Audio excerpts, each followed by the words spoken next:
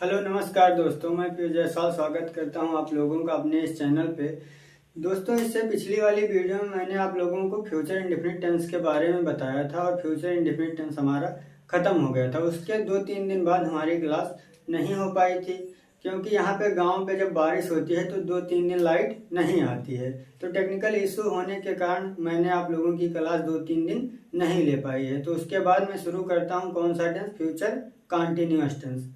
तो future continuous देखेंगे हम कि क्या होता है और इसे कैसे बनाते हैं। सबसे पहले उसका पहचान देखेंगे, फिर जो होगा उसे कैसे बनाएंगे वो देखते हैं और आगे की शुरुआत करते हैं। तो शुरू करते हैं फ्यूचर कंटिन्यूअस टेंस से। फ्यूचर कंटिन्यूअस टेंस हमारा फ्यूचर इंडेफिनिट टेंस हो गया था खत्म और फ्यूचर कंटिन्यूअस की हमें करनी है शुरुआत। क्या करनी है? शुरुआत करनी है। तो सबसे पहले हम इस टेंस से क्या है, एकदम अपरिचित हैं, तो सबसे पहले इसका हम पहचान देखेंगे। तो फ्यूचर कंटिन्यूअस टेंस का पहचान क्या होता है वो देख लेते हैं। पहचान क्या होता है? पहचान होता है जिन वाक्यों के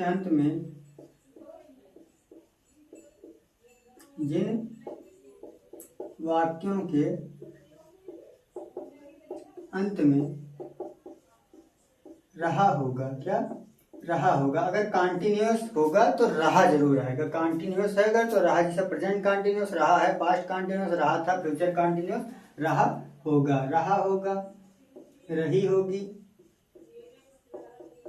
रहे होंगे, रहे होंगे आदि शब्द आते हैं।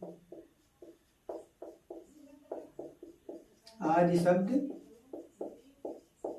आते हैं। तो फ्यूचर कंटिन्यूअस टेंस का पहचान क्या होता है कि जिन वाक्यों के अंत में रहा होगा, रही होगी, रहे होंगे, अगर ये सब शब्द आएंगे तो क्या होगा? वो फ्यूचर कंटिन्यूअस टेंस होगा। तो फ्यूचर कंटिन्यूअस टेंस का पहचान क्या होता है? अगर अंत में रहा होगा, रही होगी, रहे होंगे ये सब आया तो क्या है? वो फ्यूचर कंटिन्यूअस टेंस है। तो सबसे पहला सेंटेंस होता है हमारा अफर्मेटिव सेंटेंस। तो आइए उसे भी समझ लेते हैं कि अफर्मेटिव सेंटेंस कैसे बनाएंगे। अफर्मेटिव सेंटेंस जिसकी हिंदी क्या होती है? सकारात्मक वाक्य। क्या होती है? सकारात्मक वाक्य। सकारात्मक वाक्य, सकारात्मक वाक्य या स्वीकारात्मक वाक्य भी कहते हैं। जिस वाक्य में किसी काम को स्वीकार किया जाए उसे स्वीकारात्मक वाक्य या सकारात्मक वाक्य कहते हैं। तो सबसे पहले इसे देखेंगे कि हम बनाएंगे कैसे। इसे बनाएंगे कैसे? तो रूल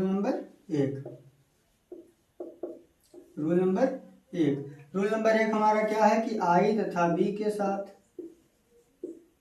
आई तथा बी के साथ हेल्पिंग वर्ब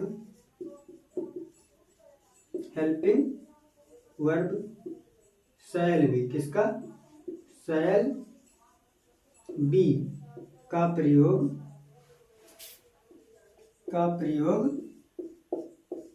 करते हैं। आई तथा बी के साथ क्या लगेगा? शैल बी लगेगा और आई बी को छोड़कर अन्य सभी के साथ क्या लगेगा? विल बी लगेगा। तो रूल नंबर 2 भी देख लेते हैं।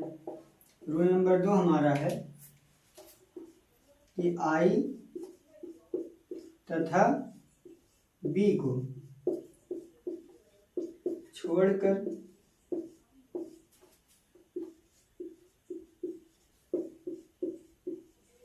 अन्य सभी कर्ताओं के साथ, आई तथा बी को छोड़कर अन्य सभी कर्ताओं के साथ helping verb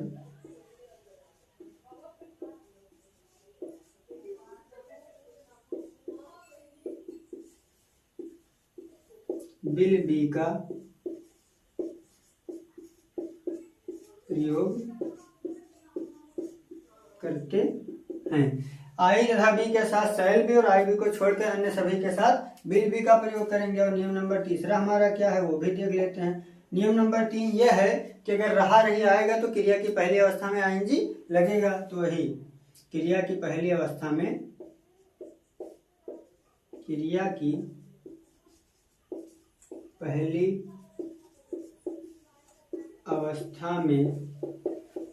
ING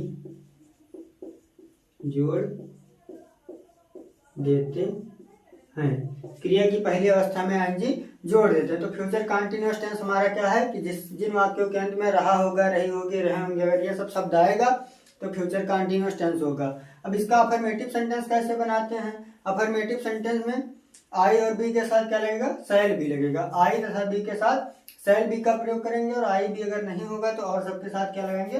will be. और रहा होगा, रही होगी, मतलब रहा रही आएगा तो क्रिया की पहली अवस्था में आईएनजी जोड़ देंगे। तो यह है हमारा फ्यूचर कंटीन्यूअस टेंस का पहचान और अफर्मेटिव सेंटेंस के नियम। भाई एग्जाम्पल भी देख लेते हैं कि इसे कैसे बनाएंगे। तो एग्जाम्पल देखते हैं।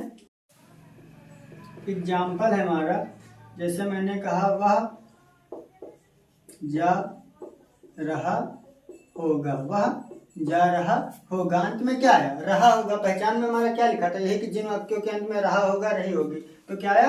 रहा होगा। तो ये कौन सा टेंस है? फ्यूचर कंटीन्यूअस टेंस है। और वह की अंग्रेजी क्या होती है? जिसे कैसे बनाएंगे ये देखते हैं। वह की अंग्रेजी क्या होती है? ही। क्या होती है? ही। अब पीछे से रहा होगा आया, क्या है? रहा होगा, अर्थात फ्यूचर कंटीन्यूअस टेंस है। तो हेल्पिंग वर्ब क्या होगा? विल बी और शैल बी। विल बी और शैल बी, ये होगा हेल्पिंग वर्ब। आई तथा बी के साथ ये लगेगा। तो आई ना ही आई है और ना ही बी है, तो इसके साथ क्या लगेगा? विल बी लगेगा। क्या लगेगा? Will be. तो वह का होता है ही, फिर will be, he will be. और जाना का गो।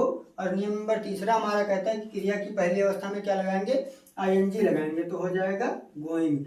ही विल बी गोइंग, वह जा रहा होगा। ही विल बी गोइंग, वह जा रहा होगा। दूसरा एग्जाम्पल देख लेते हैं जिसमें शैल भी है। जैसे मैंने लिखा, हम खेल रहे होंगे, हम खेल रहे होंगे। अंत में क्या आया? रहे होंगे। क्या आया? रहे होंगे। अर्थात ये फ्यूचर कंटीन्यूअस टेंस है। तो हम की अंग्रेजी होती है बी, और बी के साथ हेल्पिंग वर्ब क्या लगाएंगे? Shall be. Be shall be. खेलना का क्या होता है? प्ले होता है, और इसमें लगा दिए आईएनजी, हो गया प्लेइंग। तो बी शैल बी प्लेइंग। तो ये हमारा था फ्यूचर कंटीन्यूअस टेंस का अफर्मेटिव सेंटेंस। तो सबसे पहले मैंने बताया फ्यूचर कंटीन्यूअस टेंस का पहचान, उसके बाद अफर्मेटिव सेंटेंस क्या होता है, कैसे बनाते हैं। तो ये हमारा फ्यूचर कंटीन्यूअस टेंस का अफर्मेटिव सेंटेंस समाप्त हो गया। फिर नेक्स्ट वीडियो में मिलेंगे निगेटिव सेंटेंस के साथ। और ये जो 2-3 दिन गैप हुआ है टेक्निकल इशू के कारण, तो उसके लिए मैं आप लोगों से क्षमा प्रार्थी हूँ। तो आशा करता हूँ दोस्तों आप लोगों को ये वीडियो बहुत अच्छी तरीके से पसंद आई होगी। अगर वीडियो पसंद आई हो तो लाइक, कमेंट और सब्सक्राइब करना ना भूलें।